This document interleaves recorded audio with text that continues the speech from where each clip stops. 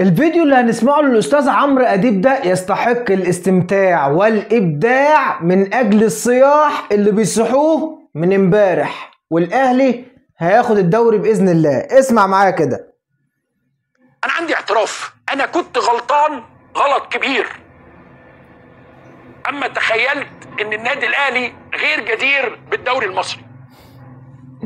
أنا غلطان. أيوه.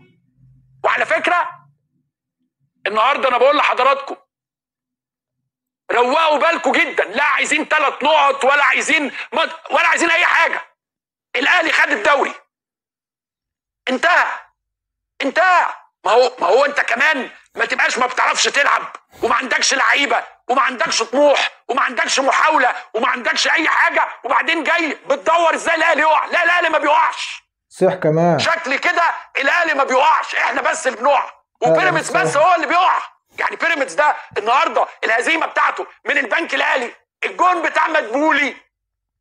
يعني انت بتقول ايه؟ انت بتقول ان دي فرق غير جديره انها تاخد دوري. الاهلي هو اللي جدير، الاهلي هو اللي عنده الروح، الاهلي هو اللي عنده المحاوله على البطوله. انما احنا قاعدين مستنيين الاهلي يتكعبل، مستنيين الاهلي يقع، مستنيين الاهلي يتعادل، مش مستنيين ان احنا نكسب، مش مستنيين ان احنا نجيب لعيبه، مش مستنيين ان احنا نجيب مدرب كويس. مبروك للنادي الاهلي. وعندما يركب النادي الاهلي الدوري لا ينزل. انزل يا حبيبي عشان اخوك يركب شويه، ما بينزلش. انزل يا قوم يا حماده حبيبي علشان نطلع احنا ما بيطلعش. وعندما يعتني الاهلي الدوري هيفضل راكب الدوري لغايه السنه اللي بعد الجايه. فانا بقول اهو، انا لا عايز 3 نقط ولا شايف ان الدنيا بتلف من اجل الاهلي. لا، الدنيا بتلف علشان تدي الاحسن. الدنيا بتلف عشان اللعيبه اللي عندها روح، عندها يا راجل. ده احنا النهارده الناس ولا يهمه ولا حاسس. ما طبعا انت النهارده عندك في الزمالك 11 لعيب، كل لعيب الاهلي مستعد يدفع فيه ملايين عشان يروحوا، بس هو مش مستعد يلعب في الزمالك، هو مستعد يلعب في الاهلي. يا عم هو مفيش اصلا لعيب بعد زيزو هيعجبنا اساسا. زي الفل. يعني قول لي اسم اي لعيب في الزمالك النهارده، اغلبهم نمره 1، اغلبهم نمره 1. انما هو مش قادر، ما عندوش طموح، ما بيقبضش، المرتب ما بيجيش، الحياه مش حلوه، محدش فاضلهم. ده قدرنا ان احنا نشجع فريق التاني او التالت او الرابع او الخامس او الخاسر. فارجوكم انا بتنازل عن كل طلباتي، ولا مستني ال3 نقط.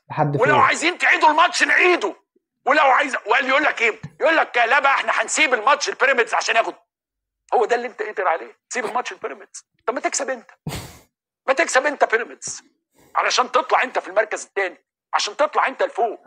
هو ده. احنا دلوقتي بنلعب لعب سلبي، اللي هو انا هسيب لهم الماتش، اللي هو انا هرفع قضيه، اللي هو انا هروح للكاس، انا هروح للكاف، انا هروح للكافيه. انما بجد بصراحه لا يستحق شيء، وبيراميدز لا يستحق شيء، والبنك الاهلي اجدع بنك فيك يا مصر، اجدع بنك فيك يا مصر. وهفتح حساب بالدولار كمان مش بالجنيه، وبالريال مش بالجنيه، وبالين الياباني كمان، في كل فروع البنك الاهلي. حسبي الله ونعم الوكيل. الراجل ده انا مركب دعامه، حرام عليكم. مش عارف ده كان ابويا ولا امي ولا اخويا الكبير كان اهلاوي. هو ده اللي هو ما انا لازم اروح لدكتور، انا لازم اشوف ايه الحكايه. انما في يوم واحد كل الشقلباظات دي، كل الاحباطات دي، احباطات كلها في يوم واحد، بشكل واحد، بطريقه واحده، كله للاهلي، مفيش حاجه. وهم قاعدين تعادل انت وتغلب انت. هو من امتى بيراميدز ده بيتغلب كذا ماتش ورا بعض؟ من امتى الراجل الخواجه اللي عندهم ده اللي بيقف يتنطط على البتاع ما بيعرفش يلعب؟ من امتى اللعيبه بتاعتهم تعبانه كده؟ احنا موجودين علشان نعمل الماتشات والاهلي ياخد الدوري. ما هو لازم تتلعب، ما هو الاهلي بس مش هياخد الدوري من غير ما تتلعب ماتشات. احنا موجودين نلعب الماتشات بقى حضراتكم 3 نقط ادي، عيد الماتش ادي. وعلى فكره احنا مش مظلومين. اوعى تسمع حد زملكاوي يقول لك احنا مظلومين، احنا ظالمين. ده انت ظالم يا راجل، ده انت ظالم جمهور الزمالك كله. اما يبقى عندكم فريق يا بابا. فين رئيس مجلس اداره النادي؟ فين مجلس اداره النادي؟ حاله من حالات التعب المستمر، عدم القدره المستمره، التعب المستمر، النحيله المستمره، البكاء المستمر، الاحساس بالمظلوميه المستمره. طبعا بعد كل الكلام اللي انت سمعته من الاستاذ عمرو اديب ده، اعمل لايك وشيره لكل اصحابك وحبايبك، لان الكلام ده يستاهل انك تقعد تستمتع بيه وبالصياح اللي هو عمال يصيحه. لان ده من قيمه اسبوع او 10 ايام كان فرحان في الاهلي ان هو خرج من دوري ابطال، وكان بيقول احنا كلنا بنلعب عشان خاطر الاهلي ياخد الدوري، وفعلا هو بيلعب وبيقع والاهلي بيكسب وبياخد الدوري. احنا كان عندنا مشكله في كولر ومشيناه والدنيا حلوت ورجعنا نكسب تاني بكل اريحيه وبكل بساطه، وتبقى قاعد وانت مطمن وانت بتكسب وبتجيب اهداف مع الكابتن عماد النحاس. النهارده طالع بينوح وبيقول احنا ما بنتظلمش والاهلي بيكسب الدوري عادي عشان ناس ناجحه وعشان ناس عندها مقومات النجاح، لكن هو مش مظلوم، هو بيحاسبن كمان على مجلس اداره نادي الزمالك. فحرفيا انا جبت لك الفيديو ده عشان بس تقعد كده وتحط رجل على رجل وتتمزج من الكلام، لان الكلام